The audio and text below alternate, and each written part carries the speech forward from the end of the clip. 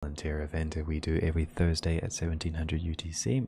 We're running a little bit late, but we're all good. Today is an open panel. Currently, there are very few questions. So for a change, I'm going to switch it up and I'm going to ask you a question. So thanks for hanging out here earlier. Lech, Marty, Primon, and Yush, thanks for being here. The question today is about balance and looking after yourself with work. I'm going to comment earlier today and with Lech. There's a little by that. So my question is, you're not motivated. What is the healthy thing to do and still work at the same time?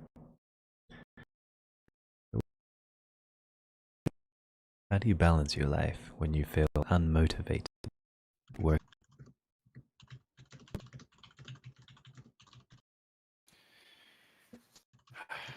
I have to get outside, go take a walk or something, kind of something physical, kind of gets my mind off stuff.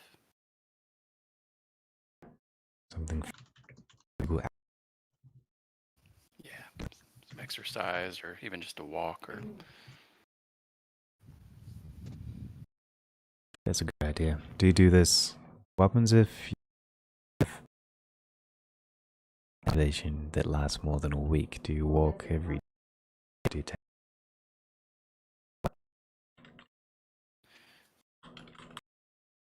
Yeah, definitely try to get the walks in, but yeah, if it's going on for a while,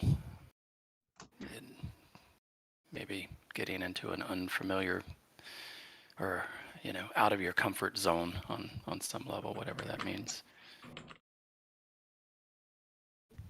Shake things up. shake things up physically?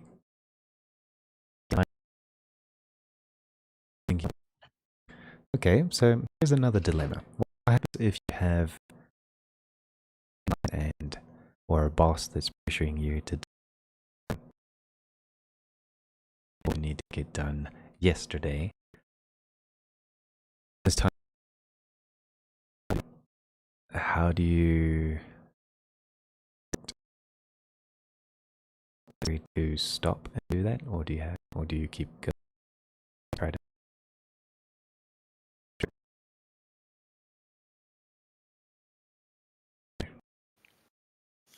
I still will take the walk. I'll let my boss know. I got to go clear my head. Otherwise, something that should take 5 minutes might take an hour. If I clear my head, then I can get back to it. Whoa.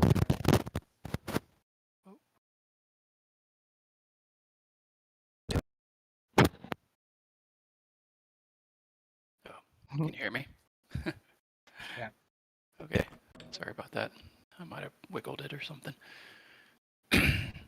Yeah, for me personally, it helps to clear my head. Otherwise, if you're struggling mentally, things are just harder and they take longer and you get more frustrated.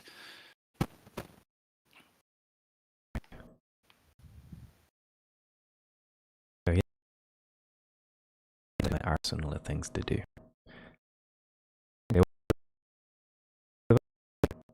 Some experience and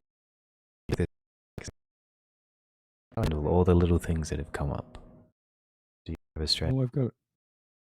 Yeah, well, so one thing I do is I use a program called WorkRave, which Work is rate? Work RAVE, WorkRave, and it is just a keyboard monitor thing. It keeps track of how long you've been busy machine. And so I've got it set up that I take regular breaks of 30 that one. Regular breaks every few minutes and 10-minute breaks. And I make it very clear to people, I was working, I made it very clear to people that I needed to do that or I would be less efficient. And I was lucky. I was participated in a bit of research in the 80s where we gave two teams the same project, but one team was given an outrageously bad design, and the other team actually finished first and had a better product. So whenever people harass me, I tell them all the stories about why it's better to set a pace and to work at a pace. It is to try to do crunch stuff all the time. Although I should warn you that I have an advantage over a lot of people because I spent most of my career as a very senior person with a lot of respect. But when that finally went away, I got fired for behaving the way I did. So I'm not clear that you should behave like me. Man. Okay, so I went to the website and it's like 3 a micro break, and you have 45. Yeah, you can set those. I actually use 10 minutes between the 30-second breaks and hour. Yeah, that's mostly an ergonomics thing to keep you from actually hurting your hands and arms. Your feet Yeah, warm? and for the longer breaks, they give you little exercises to do during the break, and also suggest you go walk around for the last 8 or 10 minutes. So that works out really well. But you have to pace yourself. The other thing is, in my world, deadlines aren't real deadlines. There's always something you can do to work around it. And so finding where the real lines are, what the absolute minimum that has to be done is very important, because the employer will always want more from you than you're capable of giving. That's just the way it works. That's true. That's very true. Like all the time, they'll push you right to the edge, and you're like, buddy, I can't do this at this pace. That's right. It's Interesting. been Oh, I'm sorry. It's been depressing watching this happen in the software industry. When I started, almost everybody engineer worked 40-hour weeks like 95% of the time. Every once in a while there would be a crunch deadline and you might put in extra hours for a couple weeks. And 40 years later, when I was working my last job, it was like 70-hour weeks every week, 50 weeks a year. People are just burning out at an incredible rate. So something has to give. You can't do that. You can't keep that up. Your own efficiency goes down, and then it becomes a very vicious cycle where you become less efficient. So you try to work harder, which makes you less efficient, which means you get less done, and just eventually something's going to give, and it's usually your mental health. So better to stop early.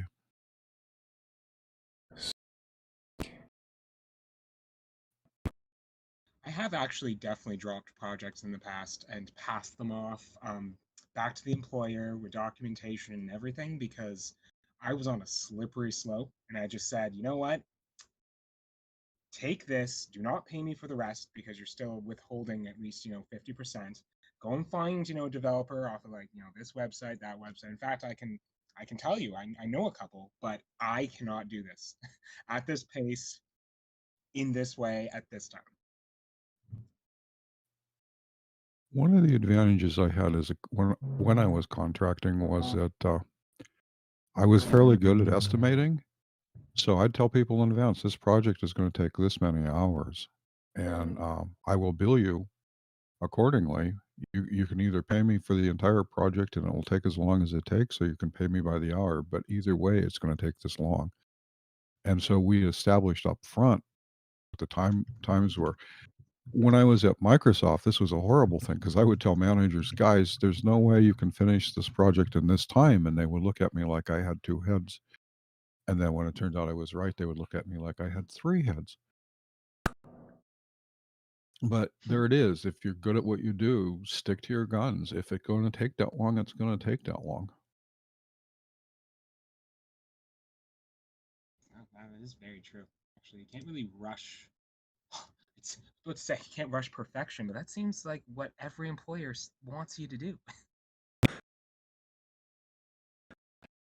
Well, let me put my manager's hat on and look at it from the other side for a minute. The trade-off you make. You have to get the product out the door or you don't make any money. And if you don't make any money, you can't pay people. So you actually have, in the software industry anyway, 3 knobs you dial. And it's one of those, here are 3 choices, you get 2. And you pick quality, quantity, and duration of project. And so you can do less work in less time and try and ship a product that hopefully people will buy. Or you can, dial up the amount of stuff you do and take longer. But somewhere in there, there's a ratio that you have to hit in order to keep making money. And that's that's the competitive downside of the way the whole industry works. That's true in pretty much any industry, is that you end up having to hit certain deadlines in order to pay the bills. You're right. They get paid. Well, like you can deliver on time, so we can trust you with working. hmm But clear work statements in front, clear understandings of what the expectations are on the work were very important in my work, all the way along the line. If you don't have clear expectations, then what you have to do is negotiate regularly so that every time the expectations change, if there's any kind of feature creep or anything, you have to set the expectation that if you want more, it will take longer. Mm-hmm. That's true. A specification for a project goes so far in bounding the project and making sure that both sides can agree that they can make money at this level right here. Mm. And you walk away from the ones that aren't going to work for you. And of course, the better you are, the more opportunities you have, the better you'll be able to pick and choose. And I guess by better, I don't really mean like, technical quality, but um, more respected. People believe in the work you do, sort of thing. Well, sometimes you simply cannot, with your skills and maybe even your level of practice, make a certain specification for a certain price. Sometimes you're just too much of a jack of all trades. They seem to need something more specific, and you just can't do it underneath those conditions. So I mean, getting that specification, failing fast, all that stuff is very useful. Fast. So it's something I heard a lot. You probably heard it from me a lot, but yes, failing fast is one of those skills that I cannot stress enough. It will save your life literally. If you can say to yourself, this project is going to cost me grief in the future, you just avoided grief in the future. It's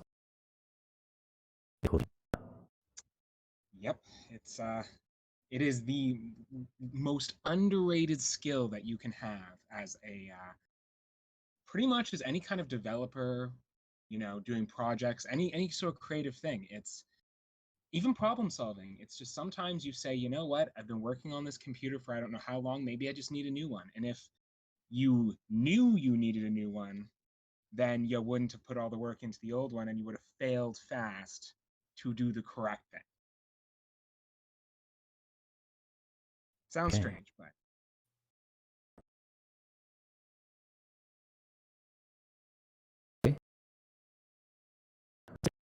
Okay, so when it comes to back, and you mentioned somebody being or likes to problem solve, or they get a lot of from managing, and you did an animation for a client. And it says, "Hey, can you direct the entire business?" And when it comes to concept creep, how do you understand your commercial world where people just want to give you more and give you more and give you lines on and focus?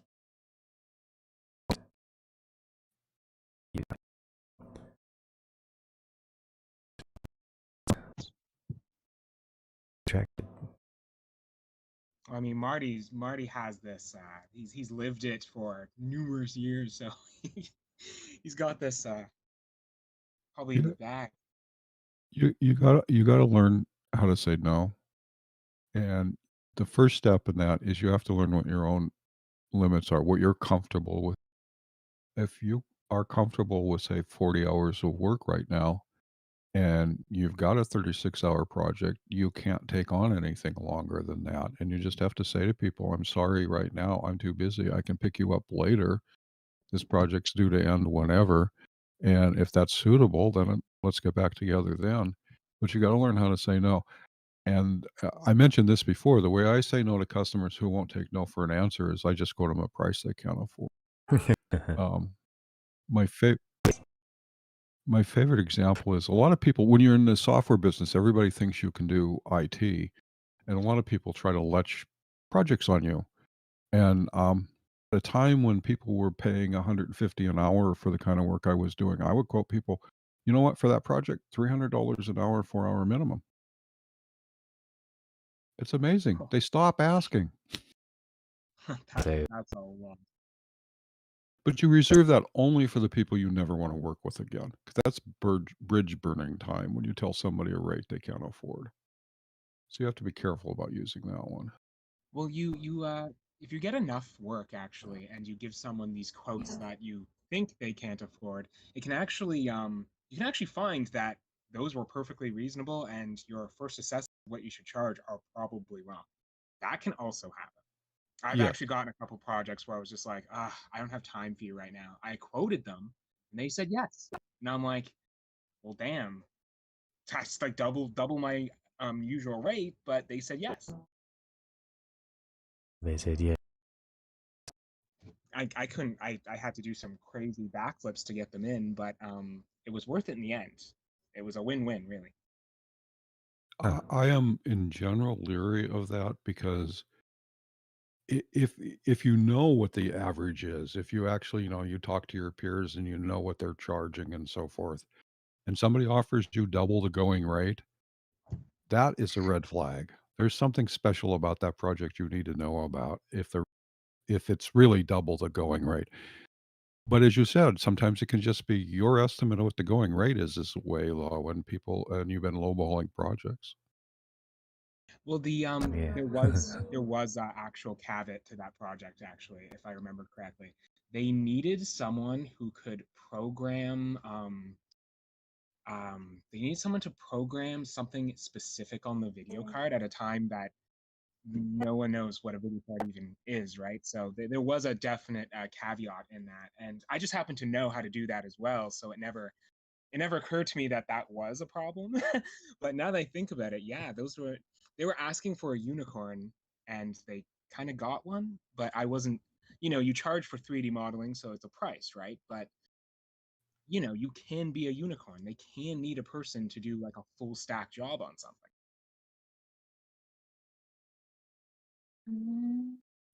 Huh.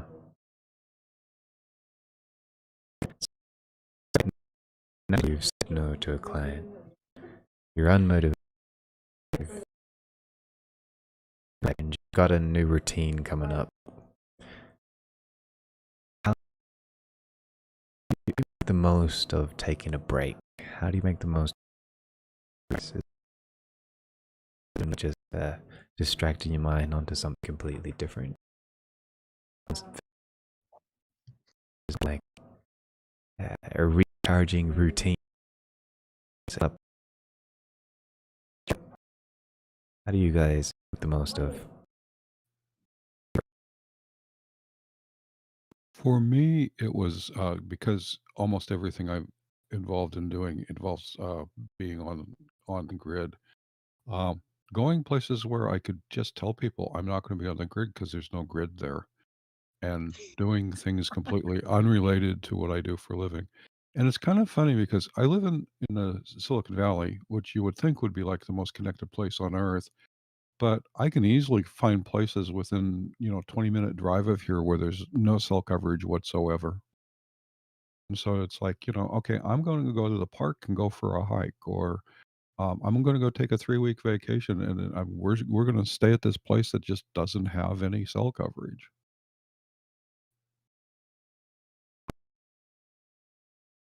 I mean, if you really have to push that work, you got to get it done, and you're looking for a way um, to still feel as though and not panic because you feel like you're not getting it done, to still get some progress in, is I'd work on things around your, let's say, workstation, your life, and just make some optimizations, do some things that, because we put things off when we have a project all the time. I mean, sometimes we don't get groceries for weeks on end. Sometimes, we don't comfort ourselves in a way that can push us forward. And if you really want to feel like the project is still your main priority, just find other things completely unrelated that you have probably definitely put off. And yeah, do those things. Get those up to a certain level and just forget about the project, knowing that you are still definitely making progress towards it.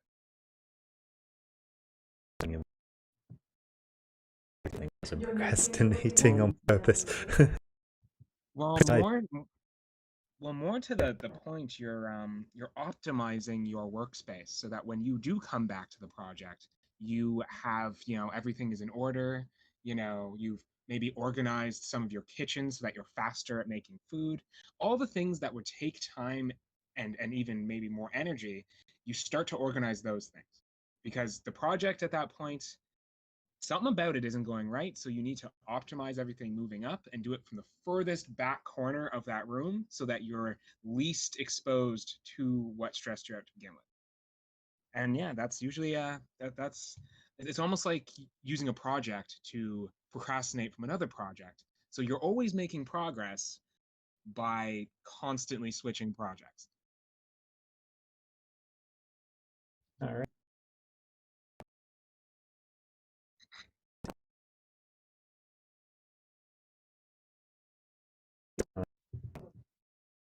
This is here and there.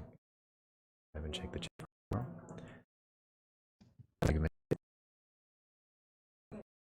Um, I guess the concept is basically I finished a pretty big project, and how I mentioned earlier, how do I typically very unmotivated. Yeah. I did get some time to get away this weekend. I went to a cottage, had a few, like a full-on half a pound burger type thing. And then I'm back to the computer. Computer fired to work on my other clients. I need to delete. Last week I started picking up being a DJ music. That same, but I haven't done it yet. It's quite because like I focus a lot on my projects, but I do get tired and burn days. So there's the cool. Anyone else like to feel overwhelmed or being tired or I'm real Raimon or Yush? I mean, you talked about it, but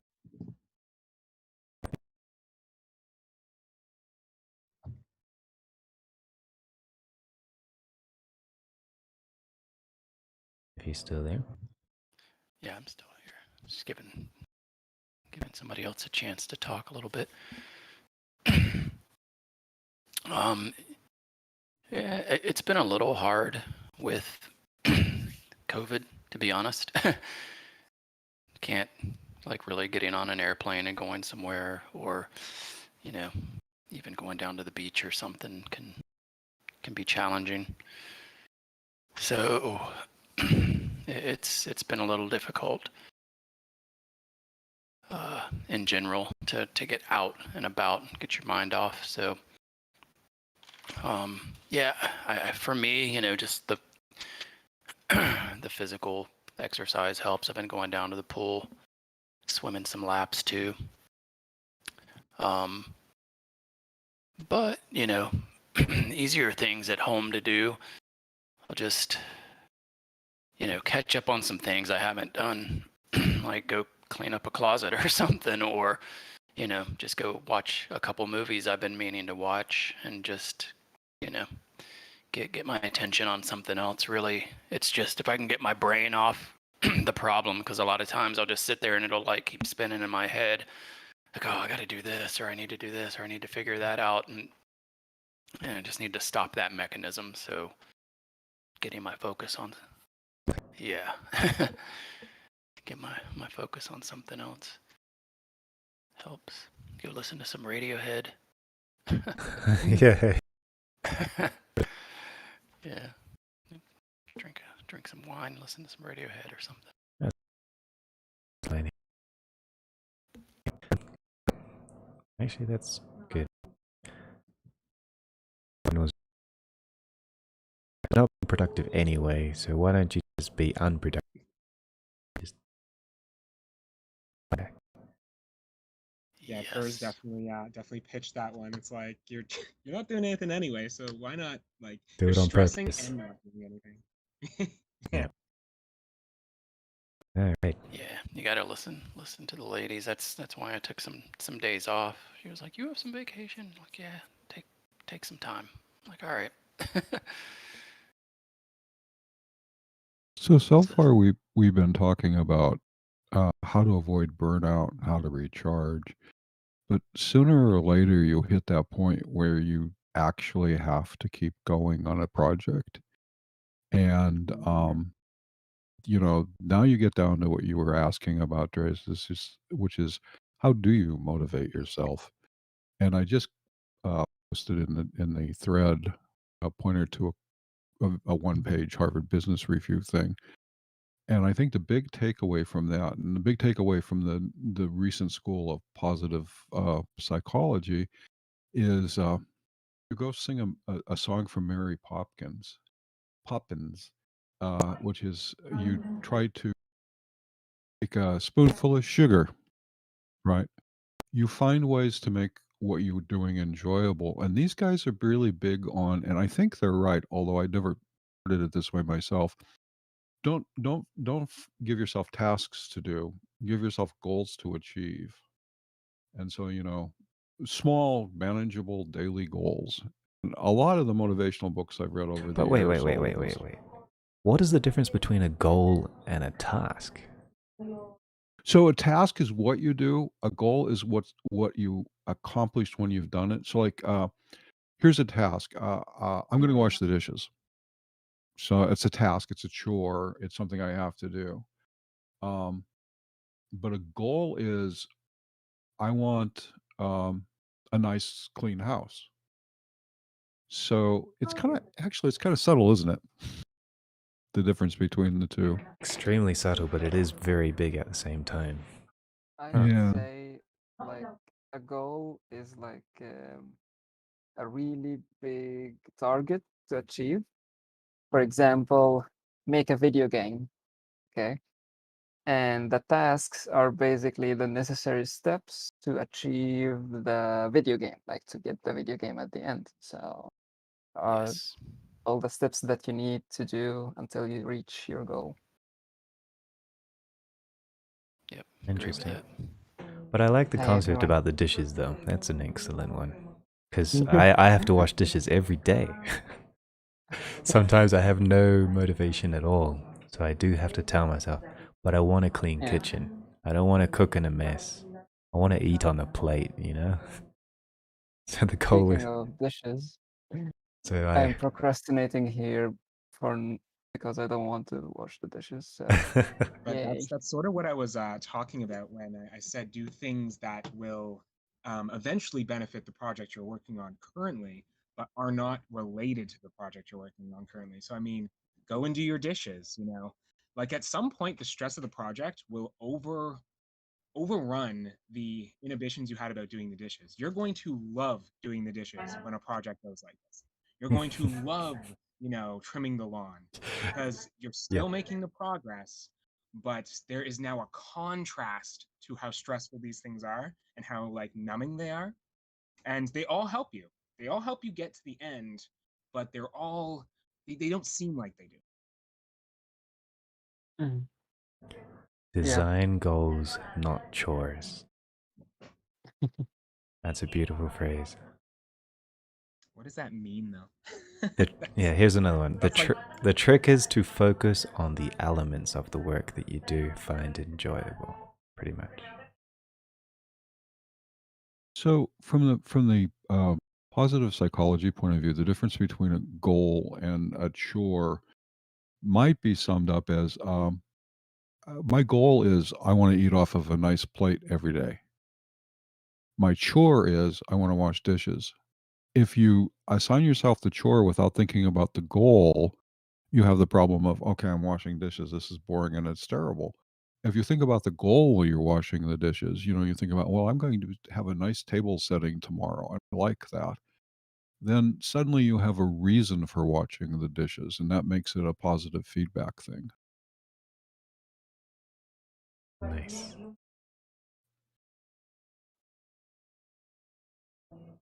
All right. I feel super encouraged right now, actually. That kind of was the juice that I needed for the day. Good. Who needs coffee when you can have a Q&A? oh my goodness. Anyway. Damn. Hmm? I hope that my Q&A go like this, because last time it went all dad jokes and memes. So yeah. But Anyway, I love it. Well, I have noticed that we have a lot less oh no. Oh no. not It's less a what? little bit less than we usually have joining the Q&A. Less people? Yeah. Well, But, it's Yes, summertime. less listeners, I suppose. oh, that's okay. I mean, the important thing is that we're Everyone wants here. to go to the beach. Yeah, the beach is fine.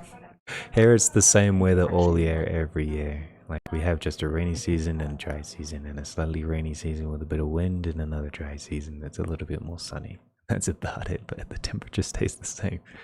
5 degrees of variation throughout the whole year. That sounds good, I guess. I mean, it's very hot where you are, is it not though? No, it's about Living in 18 tropical area. degrees. 18 degrees, more or less. 18 degrees there? Oh my goodness. Holy crap. And like right now I'm at like 35 degrees. And Yeah, what the heck? Oof. What do you mean 18 degrees outside? Oh, that is. Average. That's the average. Like 18, 20 is the average, more or less. Oh my god. I guess it is that way here just because, we drop down to minus 50 at times. So I guess, And yeah, then the you're average at must plus be 50. Yeah, it's gross here. It's the worst place.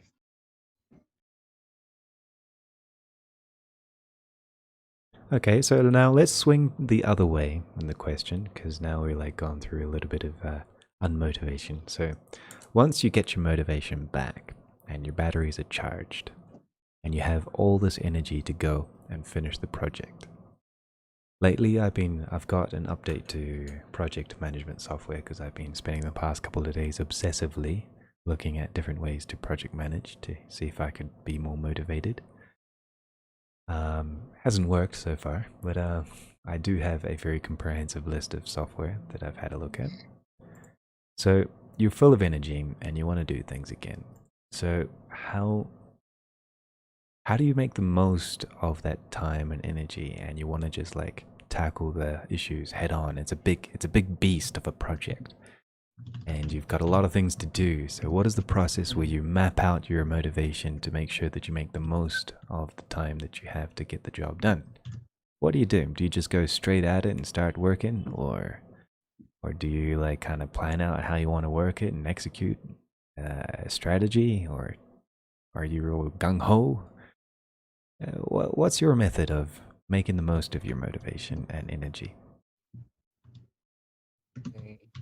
I would say start with, well, it depends on the project, but start by giving a quick walkthrough through all the project, the stuff that you did, and to first of all, to refresh yourself and your memory about what you did and what you were planning to do, and also trying to remember the way, like the train of thought that you were having during this period of time, before you take a break. Then start tackling the most annoying parts of the project, because right now you have the energy to do it, you have the motivation to do it, and you have a new fresh of pair of eyes. I don't know how to, if this term is right in English, but you have a new perspective on the whole project, because you have seen other people work, you have seen other inspirations. You took a break from whatever you were doing, because I don't, most of the artists, at least that I know of, they would stop working on a project and come back to it like 2 days later and see if the idea that they have, they still have it, or they can improve it, or I don't know, maybe change a little bit, something small, something about it to make it better. So yeah, at least this is how I do it. Just go through the project, focus on the big tasks, and when you get bored, do small tasks. Don't just leave it, because if you leave it, then you'll get depressed again. Don't procrastinate too much. It's always a balance. Yeah. The art of Zen. Or the what? Taoism, I guess I suppose. Find the balance in the chaos. Yeah, balance in the force. Yeah. All right. Excellent. Yeah. Yeah, this guy What has two else? rimlats as well. What? Well, yeah. What else? What else? Does anyone else want to chip in on that? How do you make most of your mojo? I mean, I'd be a terrible person to ask. I have a terrible bias, but so when I get excited, back to excitement, obviously, when it drains and you're stuck in an ebb, obviously you don't have it. But once that flow comes, I tend to take it back and just imagine everything I'm doing, imagine where it's going, what it's supposed to do. I try to imagine actually the endpoints, to sort of rack up sort of those positive vibes. So instead of thinking about the project as it is, I try to think, who is going to enjoy what I'm doing? Because I mean, we all kind of make art, so that being the focus, I then just kind of walk through it all from that guise. I walk through like I can give you an example for this commercial that I am just getting out of now. I think of how many people are going to see it. How excited are they going to be? How excited is the client when they see it? How far is this going to sort of go? What are we going to do with the content we make? And how can I sort of move this stuff around? I sort of get it's less of what the project is, because at that point you don't care, you have to finish it and you have all the energy in the world. So it's Mm. more about just welling up the largest amount of inertia and just sort of running at your project scope from that point of view. Uh-huh. So you kind of visualize. The same thing with like Visualize, setting a get goal. emotional, I get like the passion back. I Because a lot of this, once it becomes passionless, that's when you start getting burnout. You don't get burnout when you have passion in something, you don't get burnout. That doesn't happen to anybody. So you well up as much as you can to get over any inertia, any problems you're going to sort of, because you're going to have problems, running into it, right? So if you don't take that step of really getting the fire lit, like sure, your pilot light is now on, fine, but if you don't start the fire, your pilot light just gets blown out again. Mm-hmm.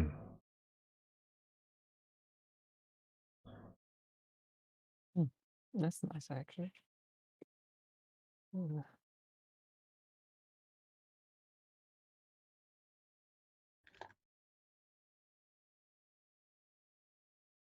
Mm. Okay, let me ask a question then. All right, sure.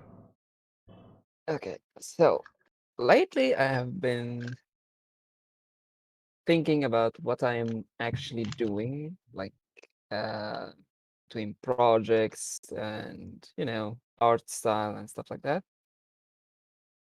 And I think I still can't find my own style. You know what I mean? Like, some people would prefer to go like realistic. People would find like, I don't know, cartoonish or anime style of art, um, or render or stuff like that. And I still can't find it. I enjoy doing black and white, enjoy doing more realistic than uh, unrealistic stuff. But still, I feel like I'm only imitating people that I know. How do you think about that? Like, do you think that you tend to imitate people and in the way of searching your own style, or you just find your style? That's actually an excellent question. I think Kate wants to take this. Kate wants to. Yeah, do you want to answer this one, Kate, before I come up? She says that's sort of how style is built. Yeah, like I think that feeling is quite common for artists, like in, I would presume, any medium. Like the feeling of, especially like when you're trying out a new style or just trying different styles and stuff, and the feeling that like it's not really your own, because you're just, it feels too much like you're copying like this style or that style, or maybe a few. But I think you have to like really lean into that, and obviously like don't consciously have a goal of trying to, you know, copy someone's work as if you're gonna try and make like black market versions or something. But like don't be afraid of that, because I think that's really what helps build style. And it's like if you feel that it feels too much not your own and like you're just copying, my advice is to just get more reference and saturate yourself with like references of that style or different pieces that you like, because eventually you hit a point where if you can get a point where when you get enough reference and you start drawing from all these different ones, even if they're not like, they don't have to be extremely different styles, but it's just the more you intake, something happens on the way in, and then what you produce out, I don't know, it just, I think it eventually it starts to feel more like your own. Yeah. That's actually helpful. Thanks. Actually, what I'm doing right now in my stream, will I have for this animation? Me and my client, it's kind of like a commission. We both want something that's more unique. It's not full-on sci-fi, and it's based off a couple of strong artists who have a very curious style, and we want to work it. But that requires, okay, so that's not my style. I mean, I can't say I can't appropriate to this artist's style, but I can extract and mix and match some of these things to get my own style based on the technical limitations of my knowledge and know-how and how to make it work. But yeah, you gotta feed yourself. You gotta feed yourself. Everybody's copying everyone. There's nothing new under the sun, is the phrase. But if you look at it like your style is kind of like you are a machine learning computer with a neural network. If you feed it enough sets of data, it will come up with something new in its own way. Kind of like the dreaming AI algorithms that you can see these days, or something like what are those platforms that they use for generating concept art? You know, Yeah. you can feed us art breeder, you know.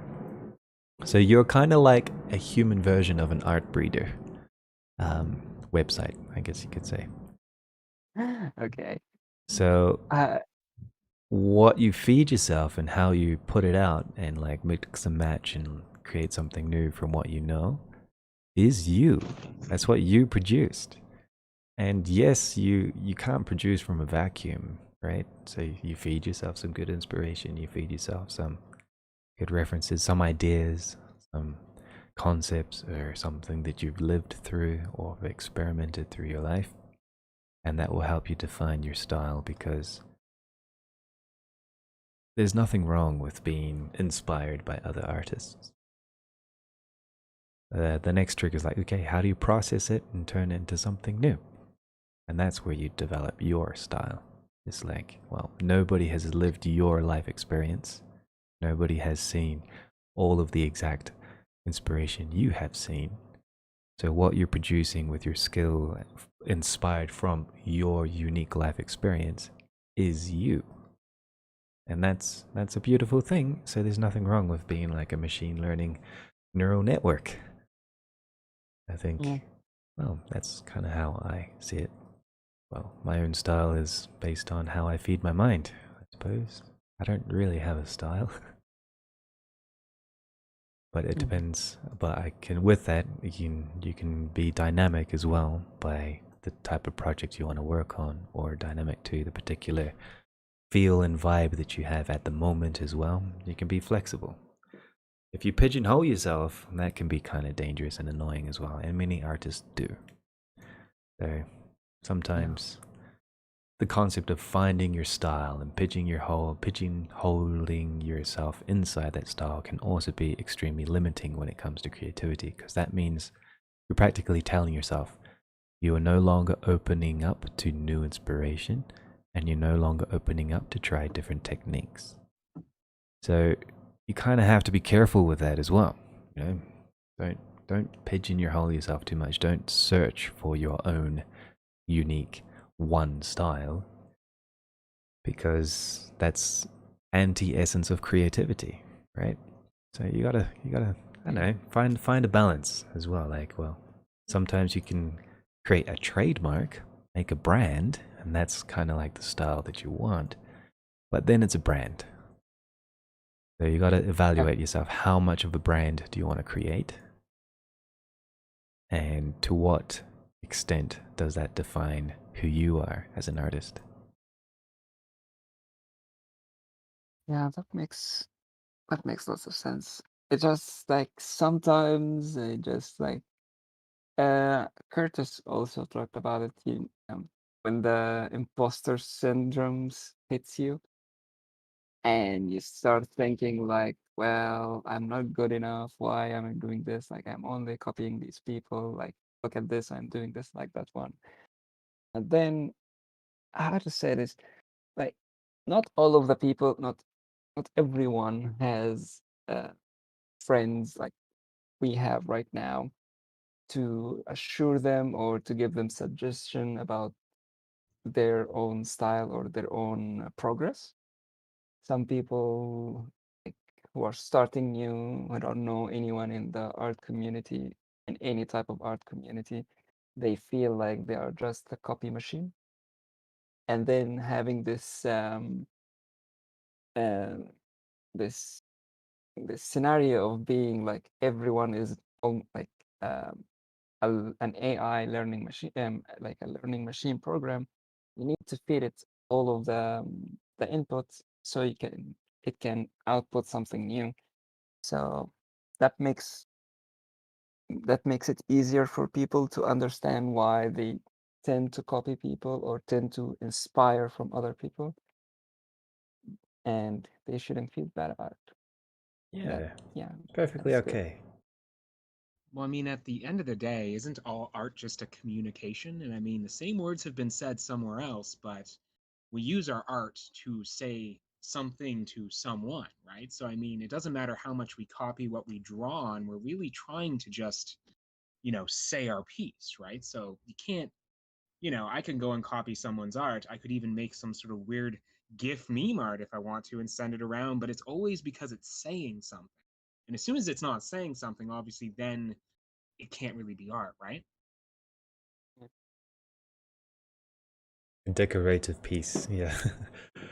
Yeah, that's a big 1 year. debate. There's Antonio Garcia Villaran, which is a really cool art YouTuber from Spain, in Spanish. But he has a term that he says like, there's a difference between art and ham part. So ham part is the concept of making art just for being a part of something or being decorative or being easy, relatively. That's and like then Lovecraft there's lived. It's all yeah. over. So, but then he has an argument that like to make art, you gotta have a story, you gotta have a substance, a message that drives it. So he divides artists into those two categories. There's a ham artist, and then there's an artist. And he says none of them are bad or wrong or less than the other. It's just there are slightly different types of things you can be inspired to do and create or want to do. But I don't know, that might be completely irrelevant to your question. Sorry about that, but I just thought a little subject that you reminded me of. Sorry. Carry on. Oh, I wasn't. Is he? I don't know. That's seems like the end. All right. Well, guys, I guess we can start. Oh, we got some more messages. She says, exactly. Also, she's unable to see your style and your work doesn't mean it's not there. Quite right. And she's enjoying the art debate. But she doesn't want to be engaged. That's okay. She's just entertained. Well, that's nice. That's always nice. Not looking to be engaged right now. Excellent. Well, guys, it has been a healthy hour. I really appreciate you guys' answers to my questions today. It was a nice open panel.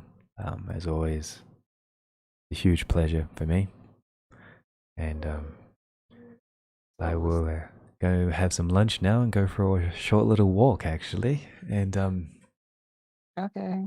I'll see you guys, same place, same time next week. Thanks, Okay, Trace. bye-bye. Have a good one. You too. Have a good one Yep. too. Thanks. Stay healthy. Have a good one. Good rest of your day. Try not to Yeah. push yourself. Recharge his batteries. There we go. Let's do it. All right. Bye. Bye.